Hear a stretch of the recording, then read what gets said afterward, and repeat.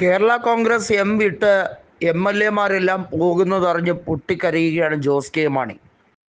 MLA-മാരെ തടുക്കാൻ കഴിയുന്നില്ല. അവരെ പോകരുത് എന്ന് പറഞ്ഞിട്ടും സ്റ്റിയറിംഗ് കമ്മിറ്റിയിൽ ഉൾപ്പെടെ അവർ വരുന്നില്ല, അവർ സഹകരിക്കുന്നില്ല. MLA-മാർ ഇപ്പോൾ വലിയ തോതിൽ ശക്തമായി തന്നെ അവർ UDF-ലേക്ക് പോകുന്നതിനെ പറ്റി ആലോചിക്കുകയാണ്.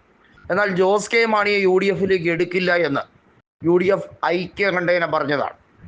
ചതിയനും വഞ്ചകനുമാണ് രാഷ്ട്രീയത്തിൽ ജോസ് കെ മാണിയെന്നും കുടിച്ച വെള്ളത്തിൽ വിശ്വസിക്കാൻ കഴിയില്ല എന്നും അതുകൊണ്ട് തന്നെ UDF-ന്റെ കെട്ടുറപ്പിനെ ബാധിക്കുന്ന ഒരു കാര്യത്തിലും കൃത്യമായി കൂടിയാലോചിച്ചതിന് ശേഷമല്ലാതെ തീരുമാനമെടുക്കാനാകില്ല എന്നും UDF കൺവീനർ വ്യക്തമാക്കിയതോടുകൂടി ജോസ് കെ മാണിയുടെ കാര്യം അവതാളത്തിലായി. നിലവിൽ LDF-ന്റെ കൂടെയാണ് കേരള കോൺഗ്രസ് എം. അവരുടെ നേതാവായിട്ടുള്ള നിയമസഭയിലെ കക്ഷി നേതാവായിട്ടുള്ള ഇടുക്കി MLA ആയ റോഷി അഗസ്റ്റിൻ നിലവിൽ ജലവിഭവ വകുപ്പ് മന്ത്രിയാണ്.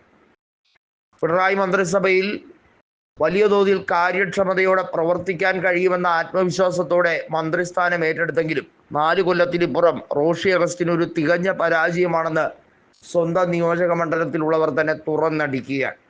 നിങ്ങൾക്ക് മന്ത്രിപ്പണി കൊള്ളില്ല, നിങ്ങൾ മികച്ചൊരു MLA ആണ് എന്ന് ഞങ്ങൾ കരുതുന്നു, അതുകൊണ്ടാണ് നിങ്ങൾ തുടരെ മുന്നണി മാറ്റം ഉണ്ടായിട്ടും ജയിച്ചു കയറിയത്.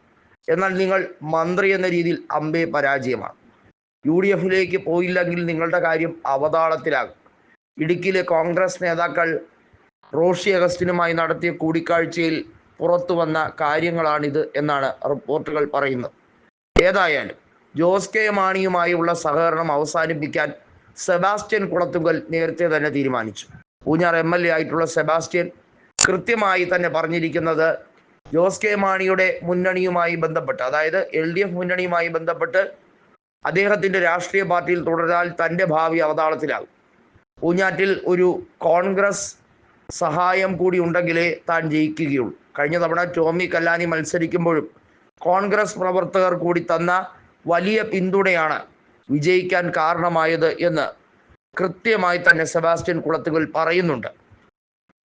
വാസ്തവത്തിൽ റോഷി അഗസ്റ്റിനും അതുപോലെ തന്നെ മറ്റ് ജോസ് കെ മാണിയുടെ പാർട്ടിയിലെ MLA-മാരും, അതായത് കേരള കോൺഗ്രസ് എമ്മിലെ MLA-മാരും ഒരു വലിയ രീതിയിലുള്ള ചർച്ച നടത്തി കഴിഞ്ഞിരിക്കുകയാണ്.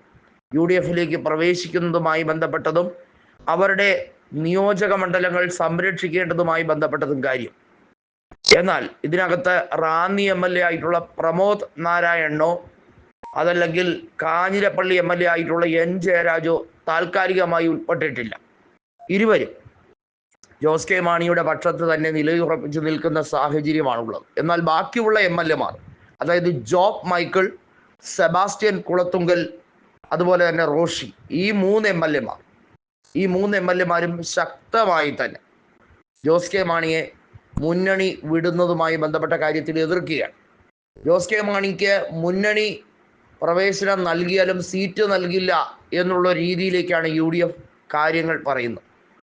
ഒരു വാഗ്ദാനവുമില്ല, ഉപാധികളോടെയുള്ള ഒരു രീതിയിലുള്ള കൊടുക്കൽ വാങ്ങൽ ചർച്ചയും UDF-ൽ നടക്കില്ല. വിലപേശലിൻ്റെ കാലം അവസാനിച്ചിരിക്കുന്നു. മാണി വിരുദ്ധനായിരുന്നു, അതുകൊണ്ട് വിലപേശി കുറേ നേട്ടങ്ങൾ നേടിയെടുത്തു. അതൊന്നും ഇനി നടക്കില്ല എന്ന് ജോസ് കെ മാണിയെ കൃത്യമായി ധരിപ്പിച്ചിരിക്കുകയാണ് UDF.